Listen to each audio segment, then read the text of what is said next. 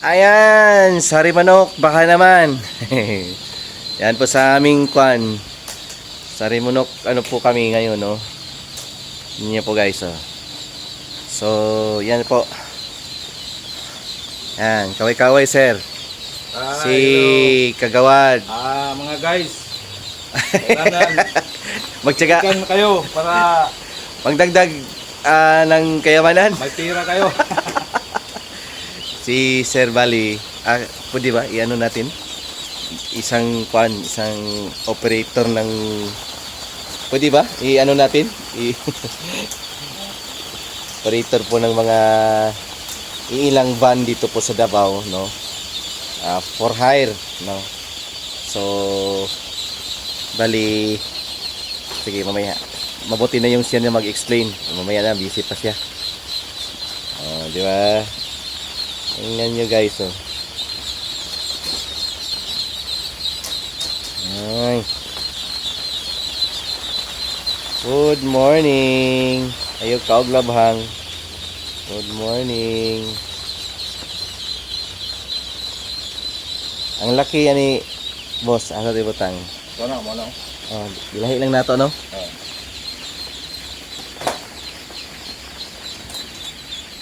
Tulong lang tani ano. Mga guys, talaga ang payo ko lang sa inyo, kailangan may ano kayo talaga, may facilities kayo maganda Iyon. para yung itik nyo hindi malugi. Iyon. Kasi pag kulang kayo ng facilities, patay tayo dyan. Tama, tama. Sir, kailan ka nag-kwan, sir? Kwento mo nga yung kwan, yung paano ka nagsimula ng itik nung nakaraang araw? 1989, may itikan ako noon.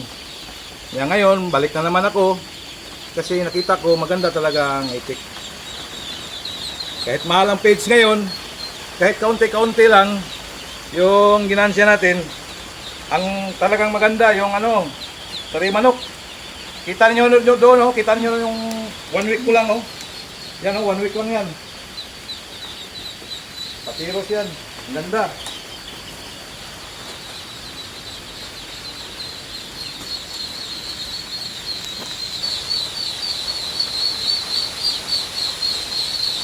Huwag kayong maghinayang na gumastos ng facilities niyo para tuloy-tuloy yung ano nyo, yung hindi kayo malulugi. Wala talagang brutality, yung mga mamatay, hindi. May brutality man pero kaunti. Ang pinaka-importante sa sisiw talaga, yung maganda ang environment, paligid. Gaya rito, presko na presko pa itong area ko. Ganda talaga dito. walang patay-patay ito.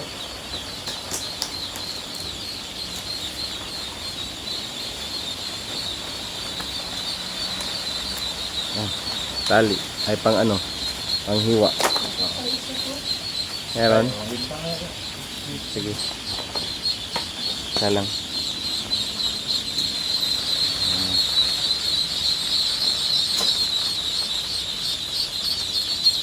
Ang ganda. Ha? Di old. Oh, 3 days. 3 days? Oh.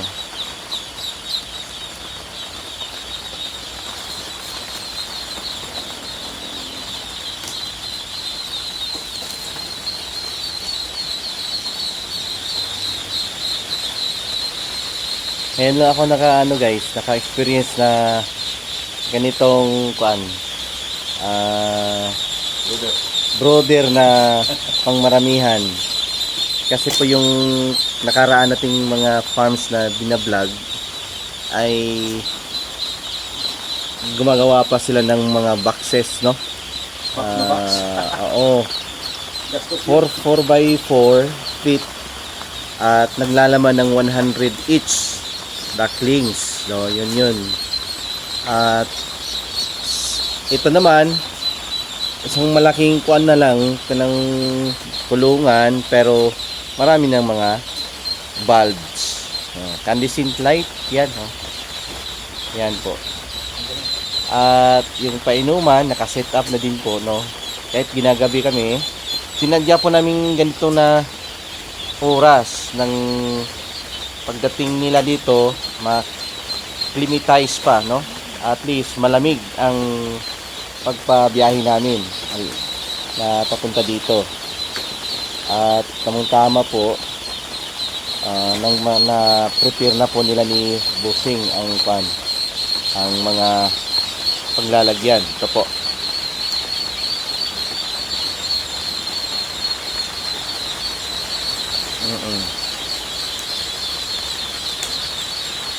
Sir, anong lugar dito, boss? Barangay Dulo. Barangay Dulo, Bansalan, no? Oo, Bansalan, Davao del Sur. Bansalan, Davao del Sur.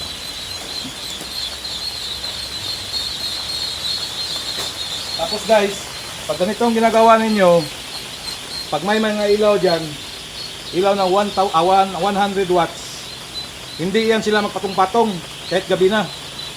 Tapos yung paligid, kapal, importante yung walang hangin makalusot. Para hindi sila magkumpul-kumpul yung magkatong-patong. Wow. Tapos yung pakain natin, dito lang. Mamaya. Trapal. magkakain ako. Oh. Wow, no? Sige. Tapos, trapalan ninyo, magtrapal kayo, para yung pakain, dito na lang kayo magpakain. Ganyan lang.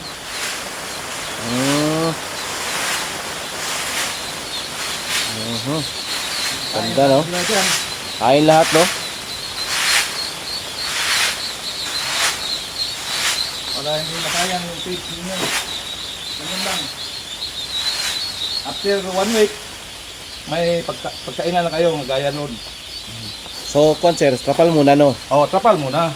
Pag ganito. Pero kung pagkadating ng mga 1 week, 1 week, kasi ito, na to, boss mo, mag-ipi na, may ipot-ipot na. tae na dyan, marami ng tae. Yung ganyan na naman. Ah, yun. Oo, tama.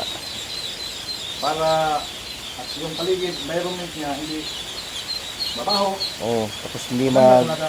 hindi sila mabasa, no? Oo. Good morning. Ganyan lang. Ang galing, oh. Mabuhay na yan sila. Kasi yung itik, yung immune system nila talaga, mataas, hindi kagaya ng manok. Pag may sakit, sipon, wala ka dyan. Talo ka. Kasi ako dati akong breeder. Ng manok. Oo. Manok. Mas hindi mahirap to alagaan.